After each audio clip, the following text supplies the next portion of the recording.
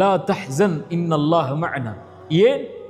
நாம் வாழ்வில் சந்திக்கக்கூடிய பிரச்சனைகளை விட, நோயை விட, சிரமங்களை விட, கஷ்டங்களை விட, தவிப்புகளை விட, தனிமையை விட, இவற்றை விடவெல்லாம் அந்த இறைவன் பெரியவன். அல்லாஹு அக்பர் அழைக்கிறோமா இல்லையா? அந்த இறைவன் பெரியவன். எனக்கு வரக்கூடிய இந்த நோயை விட அல்லாஹு அக்பர், அவனுக்கு இது எளிது நீக்குவது.